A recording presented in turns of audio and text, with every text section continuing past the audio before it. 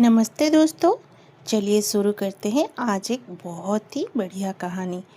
आज जानेंगे माता लक्ष्मी और गणेश जी एक साथ क्यों पूजे जाते हैं। तो बहुत समय पहले की बात है। वैकुंठ लोक में माँ लक्ष्मी भगवान विष्णु के चरण में बैठी थी।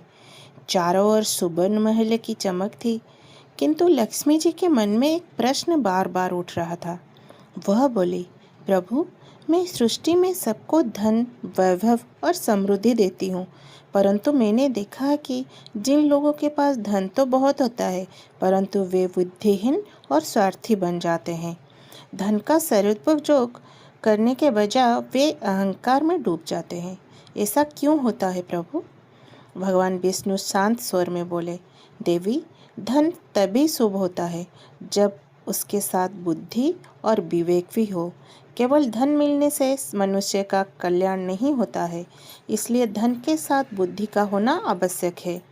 लक्ष्मी जी कुछ क्षण सोच में पड़ी रही, फिर बोली, प्रभु, यदि ऐसा है तो मुझे किसी ऐसे देवता को साथ चाहिए जो बुद्धि और विवेक के प्रतीक हो, ताकि जब मैं किसी के घर जाऊं तो वहां केवल धन ही नहीं बल्कि शांति, ज्ञान और समृद्धि का भी वास हो।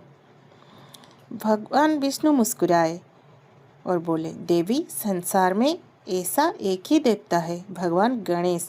वे विघ्नहर्ता भी है और बुद्धि, विवेक तथा शुभता के स्वामी भी है। यह सुनकर लक्ष्मी जी तुरंत कैलाश पर्वत पहुंची। वहां भगवान शिव और माता पार्वती के पुत्र गणेश जी ध्यान में लीन थे। लक्ष्मी जी ने विनम्रता से प्रणाम किया और बोली, हे गणेश, आप विघ्न को हरने वाले हैं और समस्त लोगों के आराध्य हैं। मैं चाहती हूँ कि जब लोग मुझे पूजे तब वे आपको भी मेरे साथ पूजे, ताकि जब किसी के घर में धन आए तो उसके साथ साथ शुभता और बुद्धि भी आए। गणेश जी ने विनम्र स्वर में कहा, माँ, यदि इससे संसार का कल्याण होता है तो मुझे अत्यंत प्रसन्नता होगी।